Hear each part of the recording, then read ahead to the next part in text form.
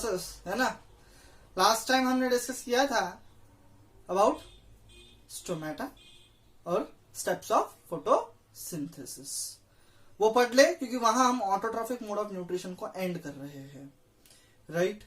अब आगे वाला जो हिस्सा है वो होगा हेटरोट्रॉपिक मोड ऑफ न्यूट्रिशन का। अब हेटरोट्रॉपिक मोड ऑफ न्यूट्रिशन के बारे में बात बताऊं तो अपने को 3 मेजर स्टेप्स तो पढ़ चुके हैं, 3 मेन जो हमने पढ़े थे। कौन कौन से थे वो बेटा? पैरासिटिक, सैप्रोफिटिक और सिम्बायोटिक। अपने सिलेबस में होलोजोइक मोड ऑफ न्यूट्रिशन काफी डिटेल में है, तो हम होलोजोइक मोड ऑफ न्यूट्रिशन को काफी डिटेल में डिस्कस करने वाले हैं। That will be our main motto, because we human beings are selfish, yes और नो, और हमको हमारे बारे में पढ़ना पहले ज्यादा अच्छा लगता है। और क्योंकि हम हेटरोट्रॉपिक में होलोजोइक मोड ऑफ न्यूट्रिशन को फॉलो करते हैं, इसलिए आज के लेक्चर में आज हम पढ़ने वाले हैं होलोजोइक मोड ऑफ न्यूट्रिशन। इतना ध्यान रखें कि जो पिछले वाले लेक्चर में जो भी पढ़ाया गया है वो आप अच्छे से पढ़ लें, क्योंकि फिर अगर पहले वाला कॉन्सेप्ट ही क्लियर नहीं होगा तो ये पॉसिबल नहीं होगा। स्टार्ट करें बच्चों? ओके, स्टार्ट करते हैं। Welcome again, how are you all? चलिए स्टार्ट करते हैं। Holozoic mode of nutrition.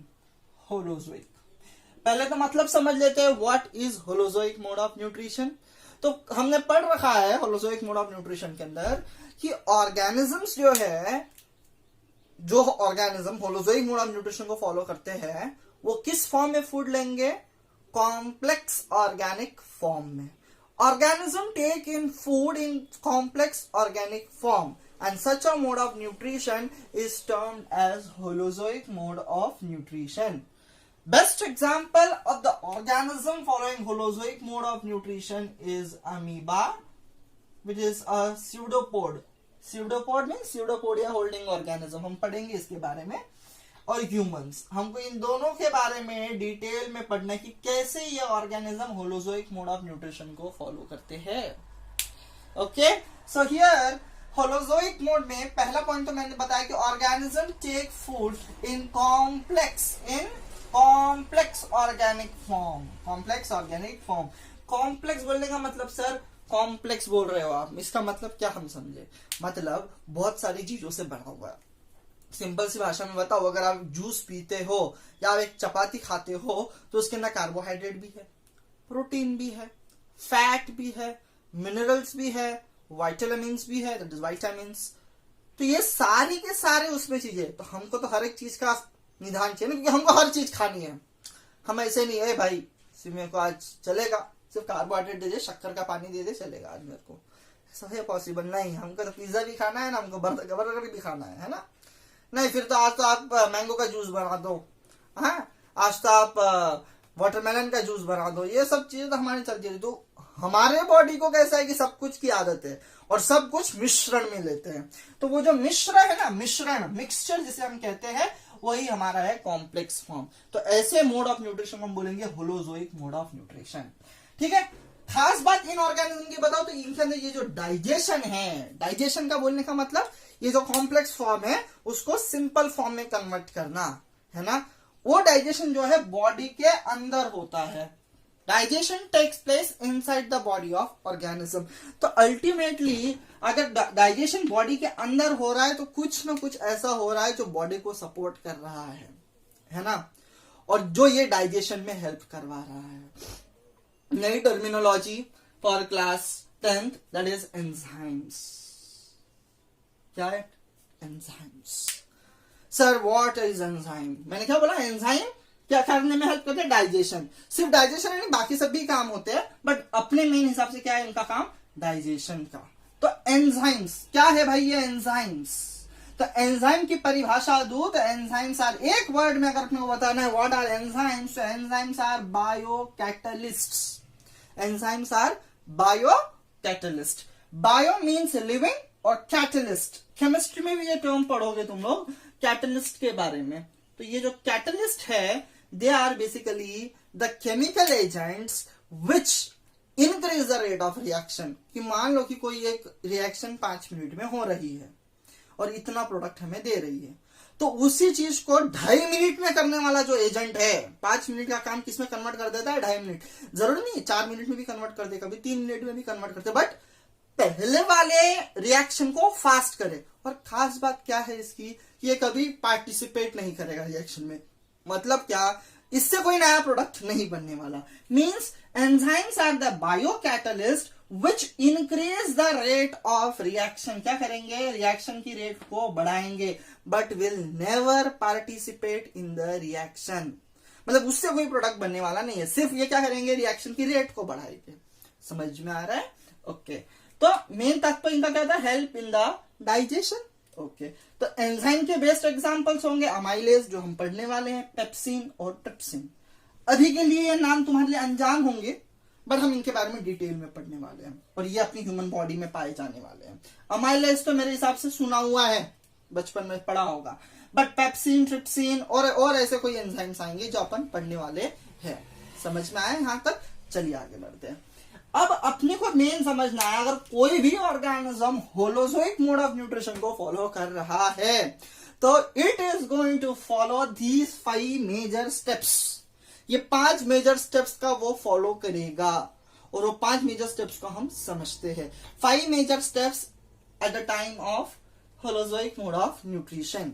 They are number 1 ingestion, number 2 digestion, number 3 absorption, number 4 assimilation, number 5 egestion। Ingestion और ये इजेशन है ना, समझिए। Ingestion, digestion, absorption, assimilation and egestion, ये पांचों का समावेश, मतलब इन सबको कंट्रोल अगर हम ग्रुप करें तो अपना holozoic mode of nutrition follow हो जाएगा। बट ये 5 के 5 समझना बहुत ज्यादा जरूरी है। अब समझिए 5 कौन कौन से है। देखिए 5 कौन कौन से है। इंजेशन, पहला क्या आता है, इंजेशन। ये पहले ही होगा, अब डाइजेशन पहले नहीं करवा सकते। वैसे ही बहुत जनों का कंफ्यूजन क्या होता है कि सर हम एसिमिलेशन ऊपर लिख देते हैं फिर एब्जॉर्प्शन नीचे। ऐसा कुछ करना नहीं है, जैसा 5 सीरियल नंबर में दिया है वो वैसे ही स्टेप्स होने वाले और वैसे ही करना है। तो पहला इंजेशन, फिर डाइजेशन, फिर तीसरा एब्जॉर्प्शन, चौथा असिमिलेशन, पांचवा इजेशन। ठीक है, होप्स मैं इसको समझा दूंगा तो अभी समझ में आ जाएगा। तो पहले हम समझते इंजेशन। तो मैंने बोला सर कि अभी तो आपने समझा कि 5 स्टेप्स होते हैं, तो 5 स्टेप्स का मतलब बता दो। तो सर देखिए इंजेशन सिंपली नोट डाउन कर सकते हो, लिखना हो तो। Ingestion where we take in food, food को क्या करते हैं हम अंदर लेते हैं। फूड खाने के प्रोसेस को हम सिंपल क्या बोले, इंजेशन। ठीक है, टेकिंग इन ऑफ फूड। अब हमने फूड किस फॉर्म में लिया बेटा, कॉम्प्लेक्स फॉर्म में लिया। तो इस कॉम्प्लेक्स फॉर्म को सिंपल फॉर्म में कन्वर्ट करना पड़ेगा, है ना। That hackers in digestion. In this complex food is converted into simple food. Simple food. Okay? Complex food is converted into simple food. That process is termed as digestion. Conversion of complex food into simple food is termed as digestion. अब simple कर लिया, अब simple करने के बाद उसको absorb करो, मतलब उसमें से काम की जो चीज है वो अपने बॉडी के लिए ले लो, है ना। तो एब्जॉर्बिंग और taking in required substances from the digested food, है ना। काम की चीजों को अपने बॉडी में ले लेना, मतलब अपने ब्लड में चला जाना, उसे हम क्या बोलेंगे, एब्जॉर्प्शन। अब अपने ब्लड में गया मतलब ये पूरे बॉडी में घूमेगा। एब्जॉर्ब कहां होगा, अपने ब्लड में ही होगा। तो ये अपने पूरे बॉडी में घूमेगा, तो अपने बॉडी में घूमेगा तो अलग अलग ऑर्गन्स में जाएगा।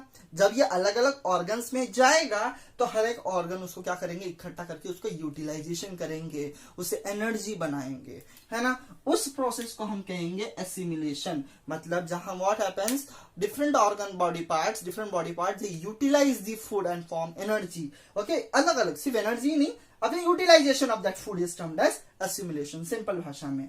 और जो बचा कुचा है unwanted waste material, that is removed out, क्या हो जाता है, उसको बाहर फेंक दिया जाता है, उसे हम कहेंगे egestion, removal of waste materials. Clear हो गया। इंजेशन, खाना खाया, उसको कॉम्प्लेक्स को सिंपल में कन्वर्ट किया, सिंपल करने के बाद में उसके काम की चीजें बॉडी में ली, फिर उसको बॉडी पार्ट्स तक पहुंचाया, बॉडी पार्ट्स ने उसको यूटिलाइज किया और बेकाम की चीजों को बाहर फेंक दिया, जिसके अंदर हुआ इजेशन। समझ में आया। तो अपने को ये प्रोसेस दो ऑर्गेनिज्म में पढ़नी है। पहला नंबर अमीबा का है, दूसरा नंबर ह्यूमन बींग्स का है। दोनों ऑर्गेनिज्म में कैसे ये प्रोसेस होती है वो हम पढ़ेंगे और जानेंगे। ध्यान होगा तो मैंने पिछले वाले वीडियो लेक्चर में 2 क्वेश्चन दिए थे। पहला क्वेश्चन क्या था, याद आया किसी को? देखा होगा तो याद आएगा। यस, फर्स्ट वाज वेरिएगेटेड लीव्स, है ना। तो वेरिएगेटेड लीव्स क्या होते हैं? वेरिएगेटेड leaves, they are those leaves in which certain parts of the leaf contains chlorophyll and certain parts of the leaf do not contain chlorophyll। मतलब ये लीफ है तो यहाँ पे थोड़े पार्ट्स में क्लोरोफिल होगा और थोड़े पार्ट्स में क्लोरोफिल एब्सेंट होगा। बेस्ट एग्जांपल इसका है मनी प्लांट, ठीक है।